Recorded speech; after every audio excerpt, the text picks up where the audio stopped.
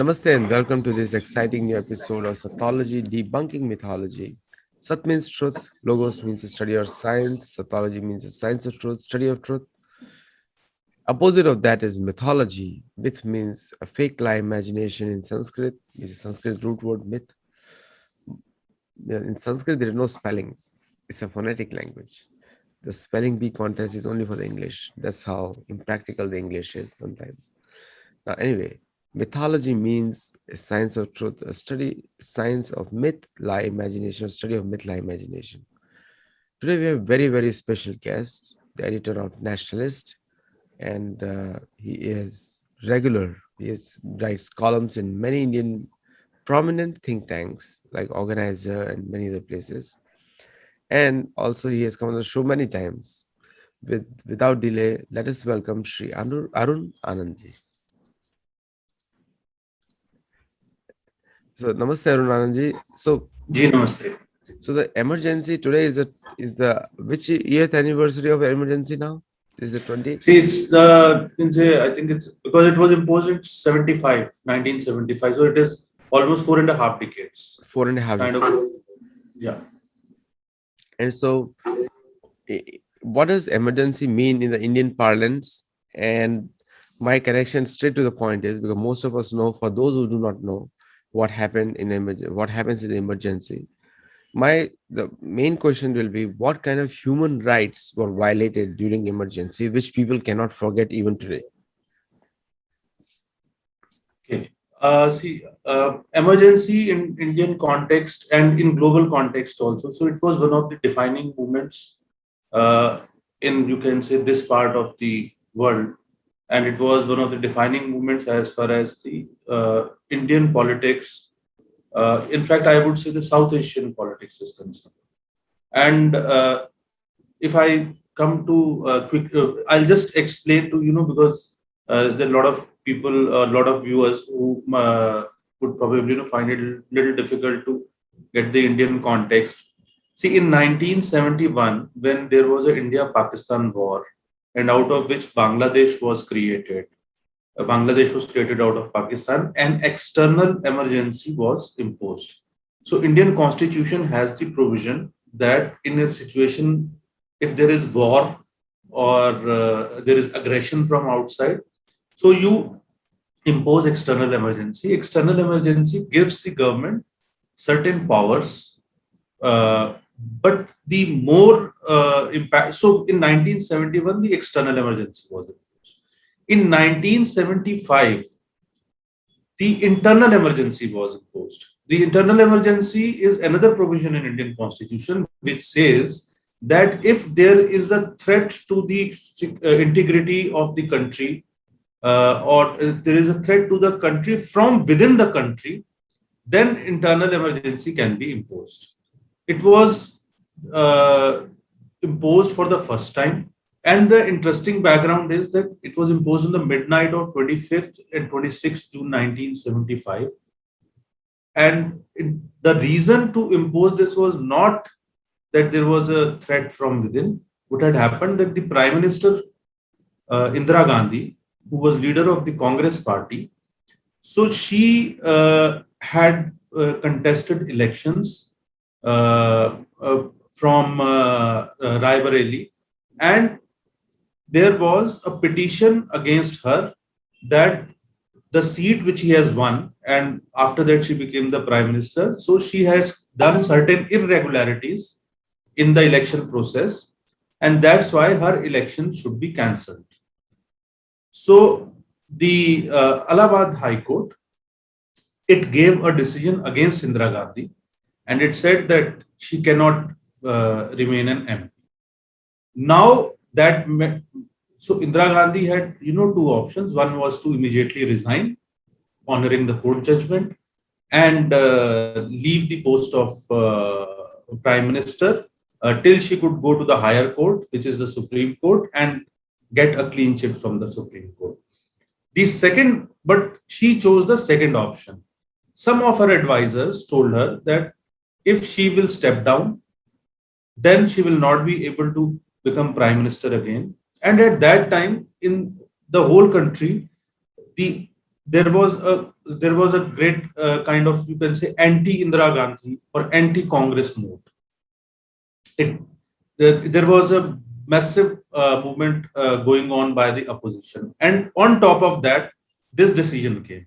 So Indira Gandhi decided to impose internal emergency. So on the midnight of 25th and 26th June, they got this thing signed from the President of India, the order, and the internal emergency was imposed. Now, what internal emergency meant, that the government got draconian powers to curtail the individual's liberty. People, certain laws, people could be put behind bars without giving them bail. There was no need for any investigation. Also, people could be just picked up. They can slap certain, sections or laws on them.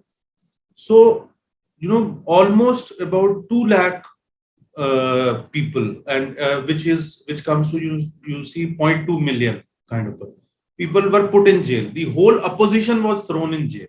All the opposition leaders were jailed. And then, the fundamental rights, they were also kind of, suspended. There was no freedom of expression. Censorship was imposed. And then there were certain other things which happened, which were, you can say, so one, these were the gross human rights violations. And the prisoners, even the political prisoners, they were put in pathetic condition. They were tortured. There was a massive underground movement which started to restore democracy in India. And the police basically, and the establishment and the Congress government, they kind of, there was now a kind of a contest between the underground, those who were running the underground movement, and the government. And the government kept on, kind of putting not only people, but even the journalists, senior editors, they were also put behind bars. In fact, one of the first persons who got arrested under this emergency was the editor of a weekly newspaper called Organizer, Mr. K.R. Malkani. Mr. K.R. Malkani was picked up at 1:30 in the night from his residence in New Delhi, which is the capital of India, just about, you can say, an hour or so after imposing the emergency. And during that night itself, most of the opposition leaders were picked up and thrown in the jail. Then another human right violation which happened, and which actually also became another important flashpoint, which was one of the key reasons that why Congress lost the next election and Indira Gandhi was dethroned. That was the forced sterilization. There was, in the name of family planning or population control, Sanjay Gandhi, son of Indira Gandhi, who was kind of the de facto actually prime minister. So it was his pet program to sterilize people so that people can be, India should have the population control. And the government started giving targets to government offices, to public sector undertakings, to police, and so much so that their salaries will only be released if they will ensure that these many people will get sterilized. So they used to pick up people from roads. All the people were forced in villages. People used to hide when cops used to come, or the doctors who would sterilize, they would come. So just like massive detention centers which we have today in countries like China, so just like that, massive sterilization centers, they were set up, and there were riots against that. People were shot dead. There were riots in Uttar Pradesh, in Bulandshahr. There were riots in Delhi, New Delhi, at Turkman Gate, where, though the official death toll is, people say around 2 dozen or so, but so, and all over the country, many people died basically because of this forced sterilization. There were people who were sterilized once and they were again, sterilized. So these are the kind of excesses, which happened. So it was kind of a, you can say, it was an absolute, dictatorship which happened there. So to recount, lakhs of people were jailed. They were not given bails. They were tortured. There were forced sterilizations, and it all lasted for about 19 months. After which elections were announced, and then Indira Gandhi and her party got routed in the next elections, and Janata Party formed the government in 1977. So this whole trauma started in on the midnight of 25th, 26th to 1975, and it finally ended, with the new government being installed on, I think, around 21st March or so. So roughly this much, uh, and it is considered to be one of the it's considered to be a black chapter, one of the darkest periods of Indian democracy, or for any democracy. Even the foreign journalists, they were threatened. It's pretty well recorded. Foreign journalists were asked to leave overnight. They were kept under surveillance. The intelligence agencies were used to, threaten them to kind of so. And all this has been, accounted. There are a number of books which have been, written on emergency, and some by foreign journalists also. There are accounts which are available. So no one was spared. No one was spared. This is a very horrible recount of what excesses were being done, and people, if you compare it to the today's government, like most of the Western media houses, they try to paint a grim picture. Like I can tell you, in the media, Western media, mostly the atrocity literatures are the new norm today. Atrocity literatures mean that they collect bad stories, and any incident happens, they start playing all of them together. That's why you'll see I call it Clinton News Network, and any other. All these networks, they start playing horrible stories one after the other. But we have not seen Indian media doing these kind of stories for actually the horrible phase of Indian politics. Uh, yes. I'll tell you very interesting thing.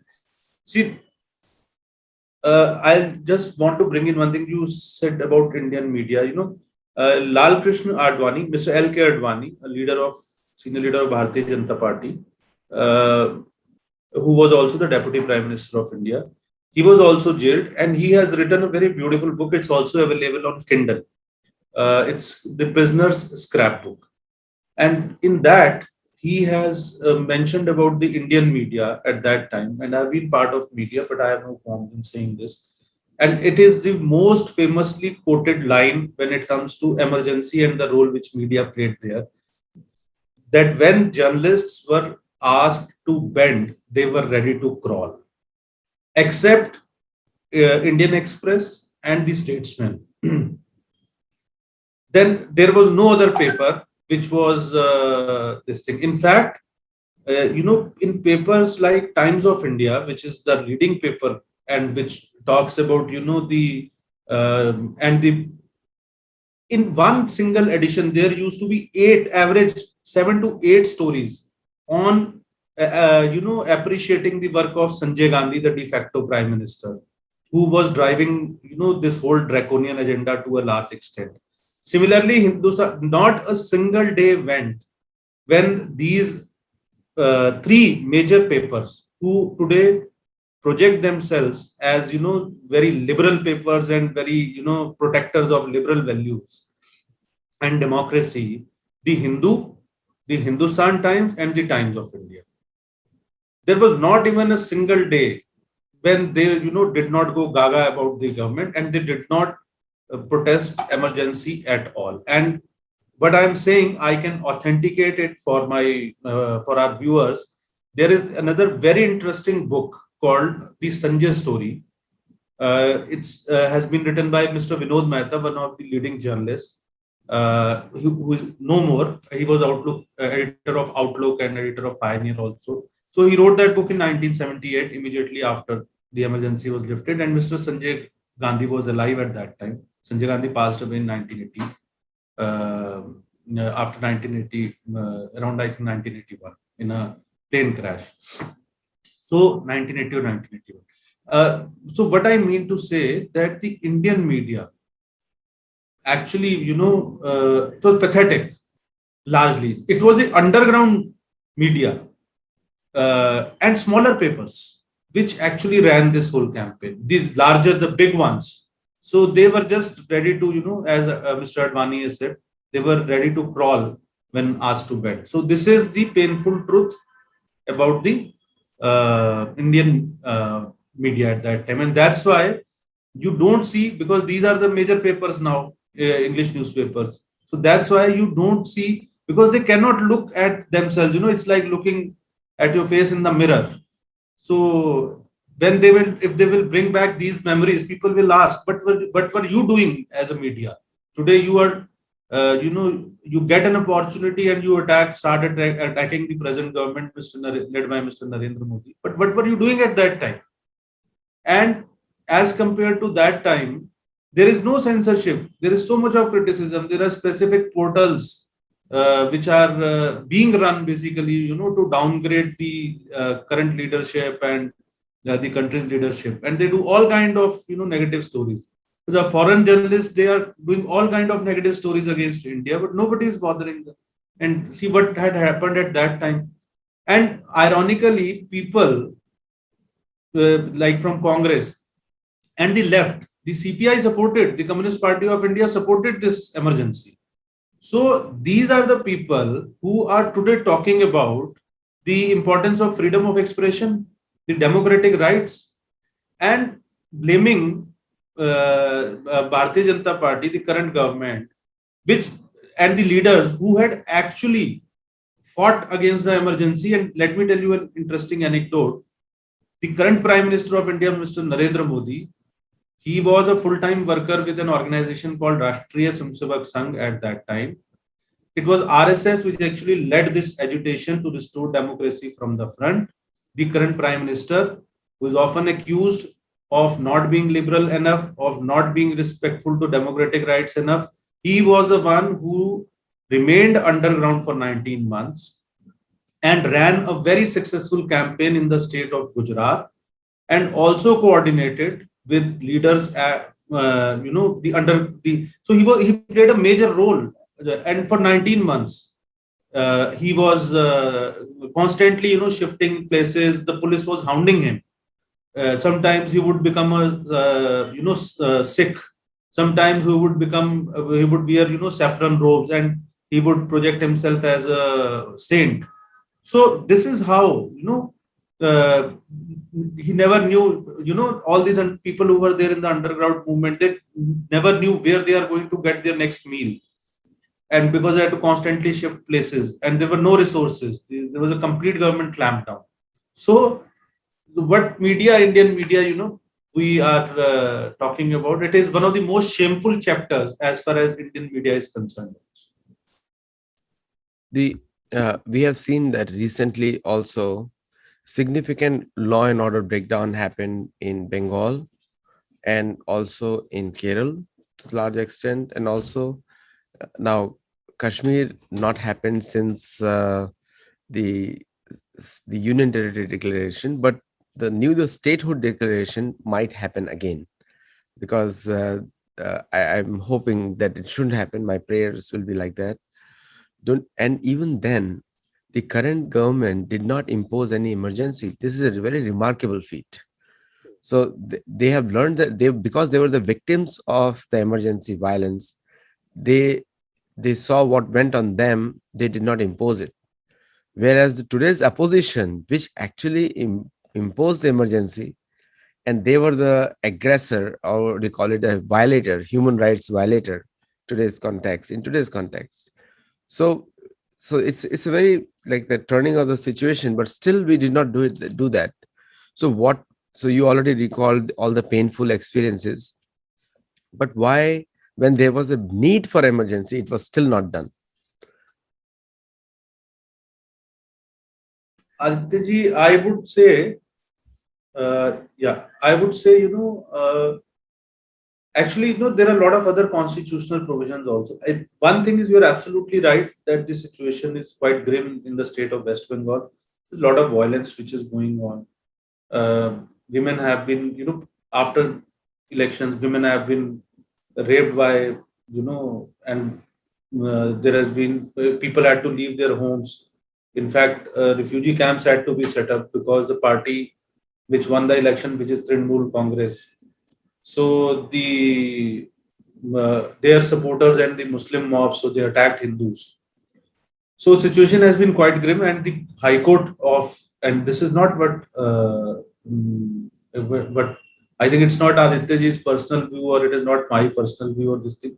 The High Court of India, High Court of Calcutta, which is in the state of West Bengal, so it has, categorically said, and it has wrapped the given a rap on to the government of West Bengal that you have done nothing, and there seems to be the governor has said there is a complete breakdown of law and order. Anyway, and mind you, it's a border state. It has shares a border with the Bangladesh.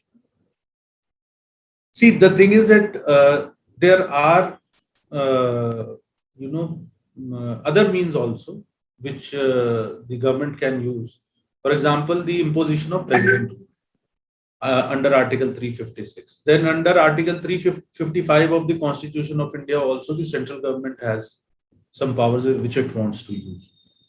But the problem, I think, one of the key problems is that the whole opposition will start paying for this government's blood once that happen. And the I think this government actually wants to avoid the confrontation with the opposition right now, because in the post second wave COVID-19 situation, the Indian society, needs healing, and that's why you see, today there was a on 24th June there was a meeting also which happened on Kashmir issue, where all the many of the leaders who were earlier, kept under house custody and who are known to be separatists leaders, and they have taken a kind of a stand against the government's move of amendment of Article 370 and abrogation of Article 35A, which means and reorganization of Jammu and Kashmir basically.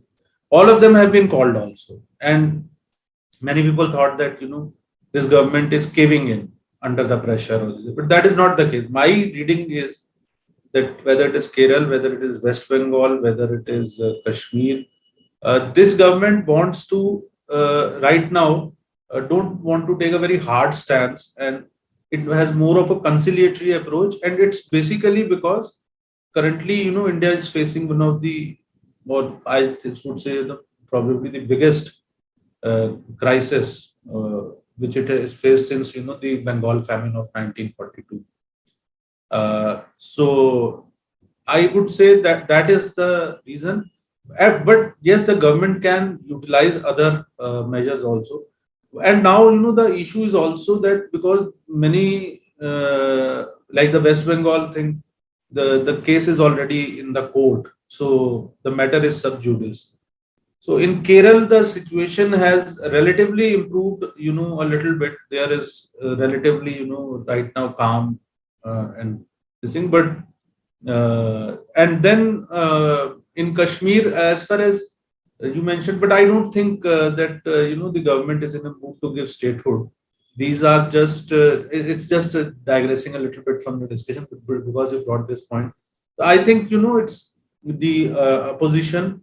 It is just catering to its own political constituency by raising this issue and by feeding stories to certain sections of media that the government might give full statehood. I don't think so that the government is in a mood to give the full statehood. Neither the people of Jammu and Kashmir want basically full statehood. These are only few handful of political leaders who just want to run their own shop. They have, what we call in Hindi JB Partiya, which is basically the parties are their pocket burrows. So they are the ones who only want it. Uh, so coming back to this thing, so overall, I think the government would take a strong stand and this thing, but I think right now it is more in a conciliatory mood, and let's hope that this mayhem stops in the state of West Bengal and Kerala, and so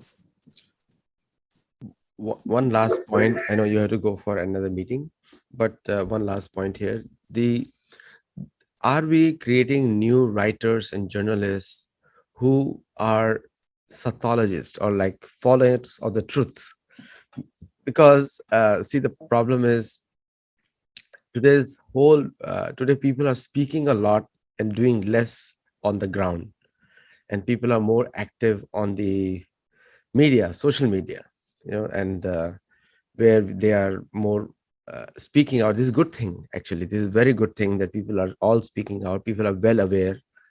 So, are we creating the new types of journalists who are being heard and who can be promoted on alternate media networks? Because the mainstream media is always about the big money, and journalism is killed with the big money, not promoted with the big money. And earlier, the biggest journalists used to be our sadhus. They used to carry information from one city to another city, and that's how it used to spread. And they were educating the people. So, is that personal touch being revived again? Because what is happening is, if we do not revive the truthful spread of information, then the like you mentioned about foreign intelligence agencies intervening in India, like Pakistan's ISI, and their only agenda is to promote Hindu hatred, and there is no denying the fact. It's all driven by a religion and to eliminate another religion. That's the whole fight. Whether you can euphemistically you can drown it in diplomacy and country, but we all know Pakistan is not a nation. It's a big madrasa. The whole country is a madrasa now. So so that hatred against Sanatan Dharma or Hindu-ness, I don't like the word Hinduism, but because Hindu-ness is a better word, i- is that agenda being countered by the good media journalists like yourself and many other people, so that they can be the main front? And Times of India, the Hindu, and all the names you said, they have become the official spokesman of the same people who promoted emergency in the first place. And so we there is a need to promote truthful journalism, where people can know the actual facts without any type of covering up. No sweetening, nothing. People are intelligent enough. If you say something, then they're going to analyze it, they're going to search it, they're going to go back to the past 10 years history on social media and then come out with it. So is there any program for that, or do you think there should be a program for that? See, yes, see, what has happened is that, as you rightly mentioned, see, those basically journalists who are supporting, the radical left and radical Islam, and which are basically anti-Hindu discourse. Those who are peddling it, those who are creating it, so they have had an advantage of having, build. They have a very strong ecosystem of their own. That's why you see, Rana Ayub, who is a journalist of, I don't mind taking him, Rana Ayub, or many other such journalists who are finding it difficult to get even a basic job in India because of their thorough incompetency and ideological biases. So they get to write, columns in papers like Washington Post and New York Times. So it is not only basically in India. I think that globally, they have a global ecosystem. Now, coming back to your question, one is yes, you rightly said that our sadhus, our saints, our ascetics were the oldest journalists, and I would, as probably you would agree that we consider the first journalist of this universe was Saint Narad. That's why uh, we kind of like-minded journalists. So all of us celebrate the birth anniversary of Saint Narad as a kind of a journalism day, and we hold some programs also. Yes, there is a group of writers, young writers who are coming up, and social media has also given them huge opportunity. There are also a number of small websites, dedicated websites, which have come up, and gradually, this whole thing is going. Then on YouTube also, number of people have started the YouTube channels. One good thing which has happened is that I think in India, I can say, I don't know about the rest of the world. Now there is no mainstream media. and there is no difference between the so-called mainstream media, the biggies, and the smaller ones. Because of internet and because of this social media platforms, if anybody has done a good story wherever that story has appeared, even if that story has not appeared anywhere, if somebody has written a Facebook post or even just wrote a WhatsApp message in which person somebody has written a story, so if it has good content and if it has got facts and figures, then it goes viral. So I think it's a positive scenario, but I think it's still a long way to go because uh, they have been nurtured over the 200 years of British rule, and then subsequently almost 75 years of India's independence. Over the last 5-7 years, this uh, kind of journalism which is truthful, which talks about not mythology but Sattology. So that has started coming up. So it's a long haul. It will take some time, but yes, I think we are on the right track and we are moving. Yeah, Narad Muni was, it has been wrongly predicted as a journalist in many, like you said. I've written a whole book on him. So Narad Muni was much more than that. It's a Bollywood's creation of Chugal Kaur. And No, no, no. I didn't mean to confine him only to that. I said this is also one of the things. Of course, he was a multidimensional and yeah, he used to travel from Vaikuntha to Shivaji to everybody. And he's a very, very sutradhar of bringing Vishnu on earth every time. And also asking him to leave also. They did both the things. And but you took a name of his. But yes, he was the responsible for spreading the good news, and also like he informed Kansa and everybody else. But anyway, the the the future of preventing such kind of happenings again, because the left is very bold, and the left has always by nature is supposed to, in democracy the left and right keeps changing. Anyone who supports the government is a right, anyone who opposes the government is a left. So permanent, there is no permanent left and permanent right. But I'm just talking about truthful people.